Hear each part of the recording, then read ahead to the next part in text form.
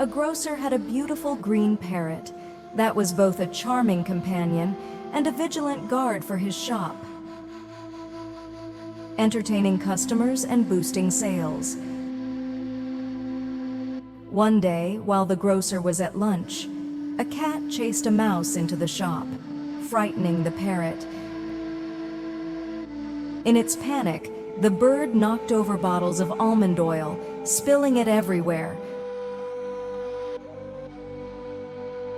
When the grocer returned, he was furious to find the mess and, in his anger, struck the parrot on the head.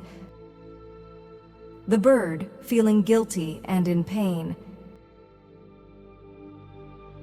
immediately shed all its feathers and stopped speaking and singing.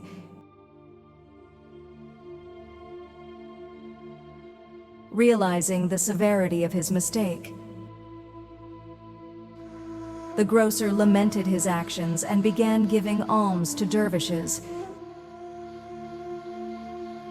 hoping for forgiveness and the return of his parrot's voice. After 3 days of remorse, a bald dervish entered the shop, and the parrot suddenly spoke, asking, "Did you also spill bottles of almond oil?" The customers laughed and one gently advised,